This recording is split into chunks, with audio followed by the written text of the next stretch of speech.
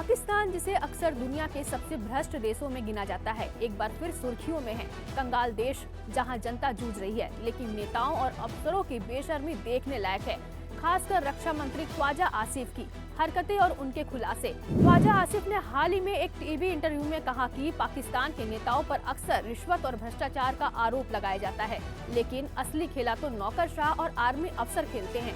उनका तंज साफ था, अफसर करोड़ों का फायदा उठाते हैं और नेताओं को केवल दोषी ठहराया जाता है।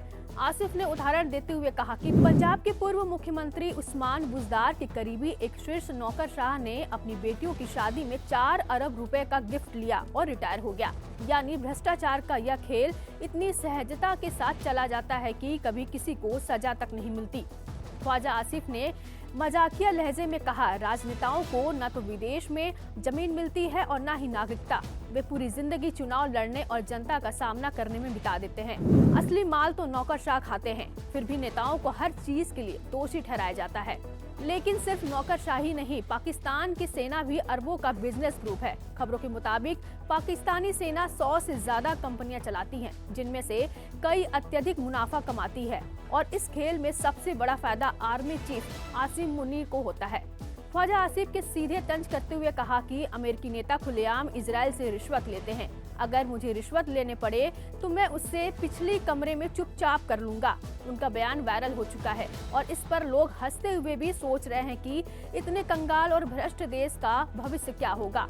उनका कहना है कि पाकिस्तान में नौकरशाही और सेना के भ्रष्टाचार को इतनी मजबूती से जड़ें दी है कि व्यवस्थागत भ्रष्टाचार देश की महामारी बन चुका है। अफसर जानते हैं कि संपत्ति लूटकर देश छोड़ सकते हैं और नेता इस पूरे खेल में केवल दोषी बने रहते हैं।